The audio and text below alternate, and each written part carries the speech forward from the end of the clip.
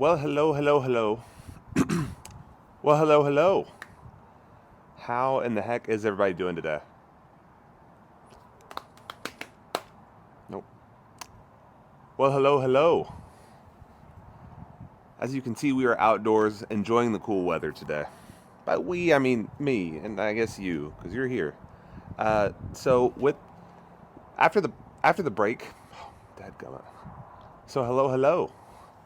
So as you can see, I'm outside enjoying the weather today. And after the break, one of the things that I really wanted to do with the serial entrepreneur and with just this YouTube stuff in general is start doing a little more focused content whenever it comes to some of the stuff that I actually feel like I can help businesses with.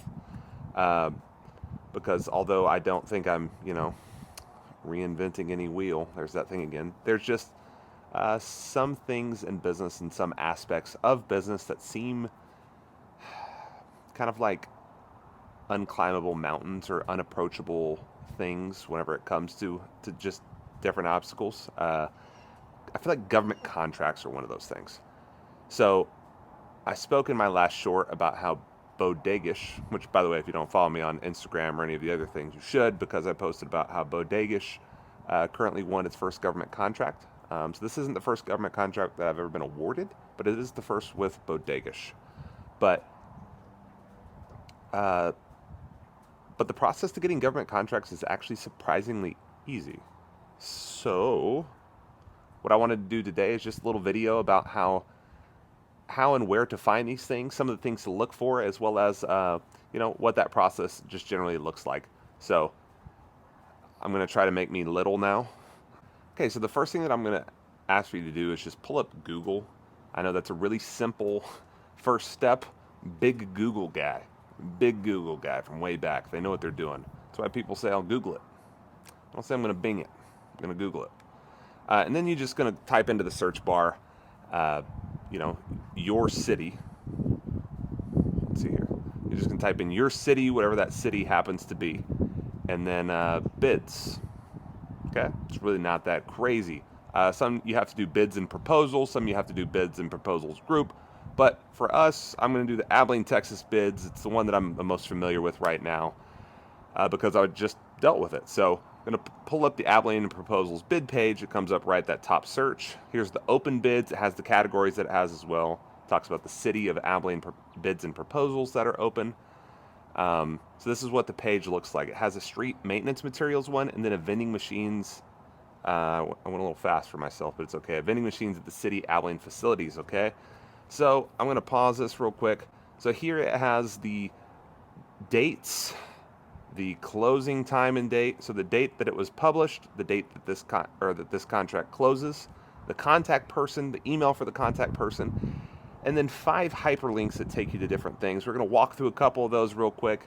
But if you pay attention to all of these and have maybe some type of, I don't know, scanner. No, we can just ignore that.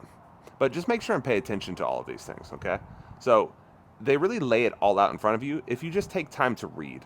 So I was actually talking to a business person the other day who said they hate to read. And I think that's the person that hates to do business. And I'm not talking like reading for joy. I am not a big read for joy person either. But you have that gum. Did you see that thing just fly by me? That thing was about to carry me off. God, that was crazy. What was I saying? Oh, yes. You have to be able to read contracts and, different PDFs, proposals, all of that different type of stuff if you're going to be doing business and if you're going to be doing it well. So make sure your reading comprehension skills are pretty good if you're going to do government contracts. All right. So got, of course, the 5 different things. We're going to look at the top one first. It's the actual business posting. Okay. So with that posting, it just kind of runs down all the stuff. It's the notice that the city is given that will receive sealed written proposals. So it tells you, if you read all of this, it walks you through how to do a proposal, okay? That's something that I just need you to hear. If you stop and read this, it will walk you through it.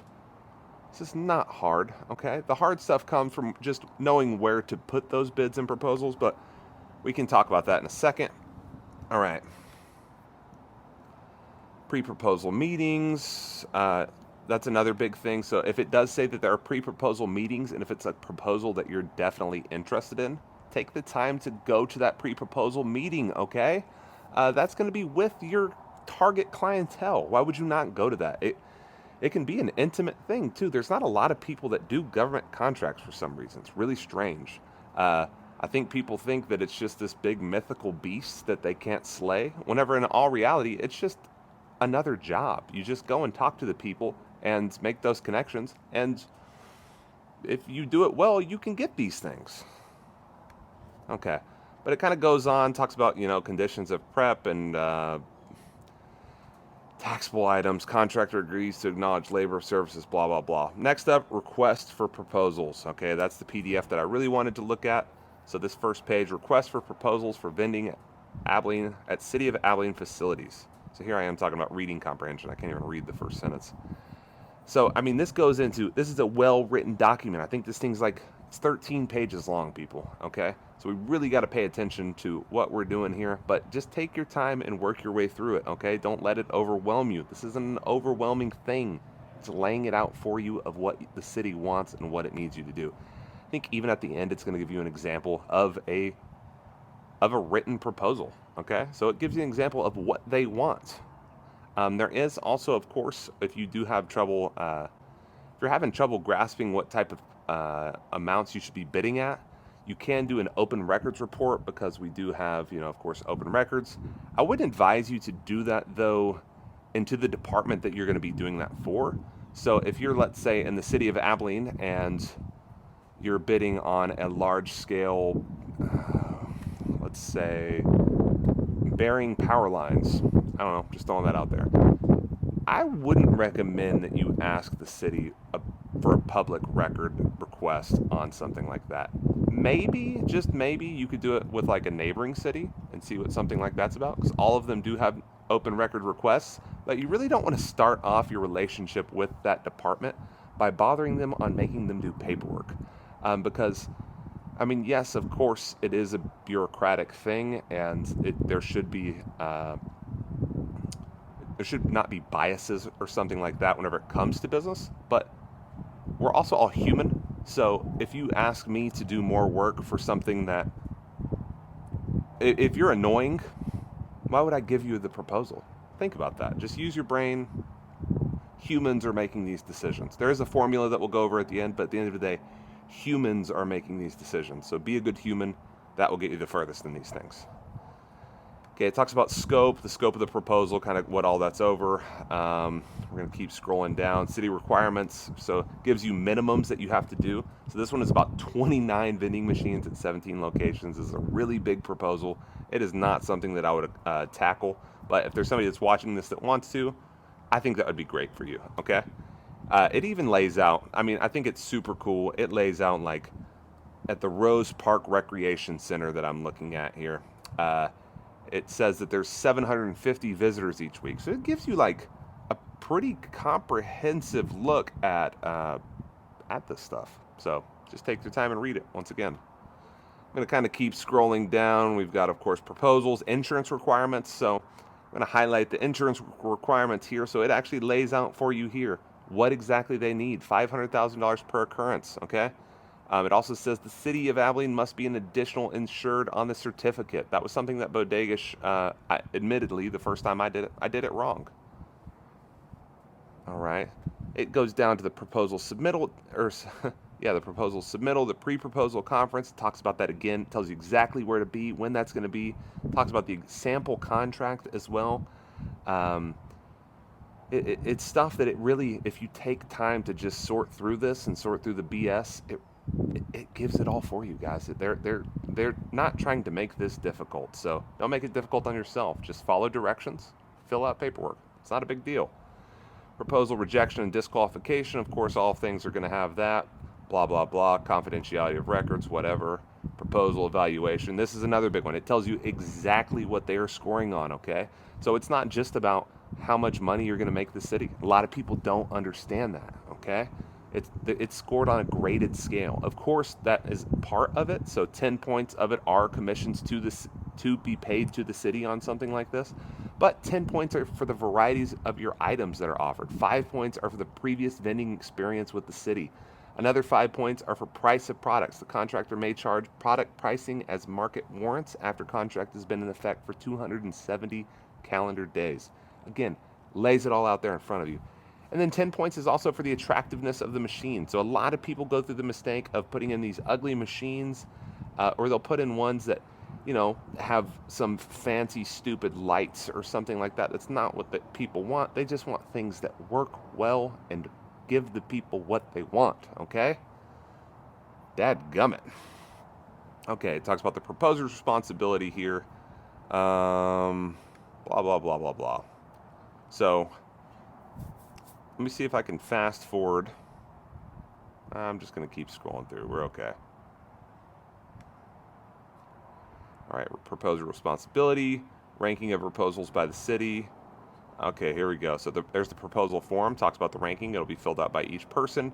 The city has to be very clear about this stuff because this is, you elect these people. All right, moving on. That is all of it on the request proposals. The contract manual is what is going to be next. I had to download the contract manual, and I think my computer had a bit of a stroke while it was doing this. So, bear with me for a second. I think I had to update my Microsoft Word. Maybe the hamster that's in there is just running out of gas. Here I am thinking that something like this is hard. 32-year-olds used to be at war. They used to do hard time. Here I am, mad at my computer for not downloading Word fast enough. What are we doing? Okay, come on.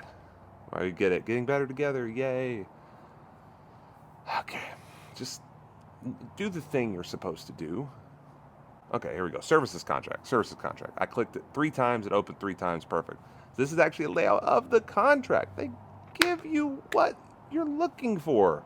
Come on. It talks about termination. It talks about the materials. It talks about assignment, status as a contractor, blah, blah, blah, blah, blah. I will say, if this is your first time doing business with a contract, get an attorney to look it over with you. Okay, if you have an attorney that is a friend, this isn't something that would be super complicated for them. And if you're an actual good friend of this person, I don't imagine that they would mind take them out to lunch, buy them a drink. They'll look it over for you, with you. Okay, maybe with you, maybe not for you, with you. It's not super hard to understand, but contracts can be overwhelming. I will say specifically, if you're ever filling out or signing a contract in the state of Texas and there is something that is bolded and underlined, maybe capitalized, bolded, and underlined, pay close attention to that. For sure, get your attorney friends to look at something like that, okay? That's the type of stuff that they do that for a reason, okay? So just hear it out. This bolded sentence here is both the city and contractor expressly intend this contract's indemnity provision to require contractor to indemnify and protect the city from consequences of the city's own negligence. Yikes. I won't dive too much into that because I'm not an attorney, but ask your attorney friends. That's rough. All right, then it just kind of goes on, runs through a bunch of different stuff, but again, don't be overwhelmed by any of this, okay? Just take it line by line.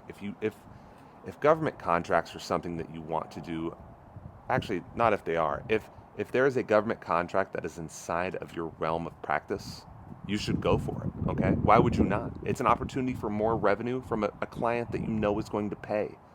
Don't be stupid. So, that's my, oh man, I'm still scrolling. Whew. All right, end of document. We made it. All right, guys. Really, though,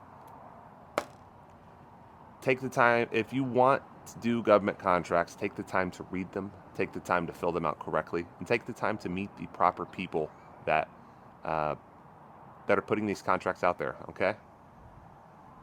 That's all I got for you today. Thanks for tuning in. I don't even know what episode this is anymore, but if you enjoyed this type of content as opposed to the vlog style stuff that I do some days, we'll be posting a mix of both. This one was fun for me because at least I get to share a little bit of knowledge. So it's not rocket science, not at all. I'll kind of tell a little bit more on the next video about how I got to where I am in reading contracts. It's just reps, but there's a whole story behind that as well. So thanks for tuning in. Enjoyed having you here. Episode whatever this channel's called now. Thanks for watching.